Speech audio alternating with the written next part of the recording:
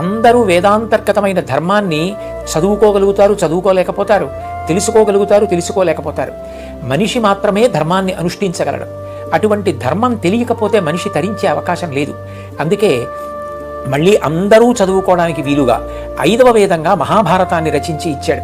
అందుకే ఈ వ్యాస పౌర్ణిమ నాడు వ్యాస భగవానుణ్ణి మనసులో స్మరించి అందరూ కూడా ఆయన చేసిన మహోపకారానికి తిరిగి ప్రత్యుపకారం చెయ్యగలిగిన వాళ్ళం కాదు కాబట్టి ఆయనని గురువుగా నమస్కారం చేస్తారు. అందుకని ఆ తిథికి వ్యాస పౌర్ణమి, వ్యాసుడు ఆవిర్భవించినటువంటి దినంగా ఆయనకి నమస్కారం చేస్తారు. ఓ వ్యాస భగవానుడా, నువ్వు అపారమైన కారుణ్యంతో మేమందరం ధరించడానికి, అనుష్ఠించడానికి అనువైన ధర్మాన్ని తెలుసుకోలేమేమోనని వేద విభాగం చేసి ఇవ్వడమే కాకుండా 5వ వేదమైన భారతాన్ని మాకు అందించి ఇచ్చి జ్ఞాన జ్యోతిని వెలిగించావు.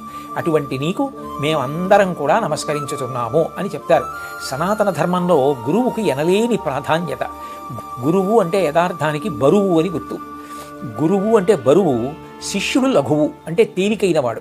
మా గురువుగారి కన్నా సర్వజ్ఞుడు, మా గురువుగారి కన్నా విషయం తెలుసున్నవారు, అంత బాగా చెప్పగలిగిన వారు, మమ్మల్ని భగవంతుడి వైపు నడిపించగలిగిన వారు, ఉద్ధరించగలిగిన వారు వేరొకరు ఉండరు.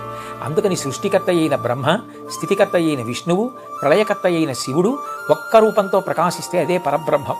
అటువంటి పరబ్రహ్మమే ఈ మాంసచక్షువుతో చూడడానికి వీలుగా పరబ్రహ్మస్వరూపం కరచరణాదులతో నడయాడి నా ముందు గురువుగా ఉంది.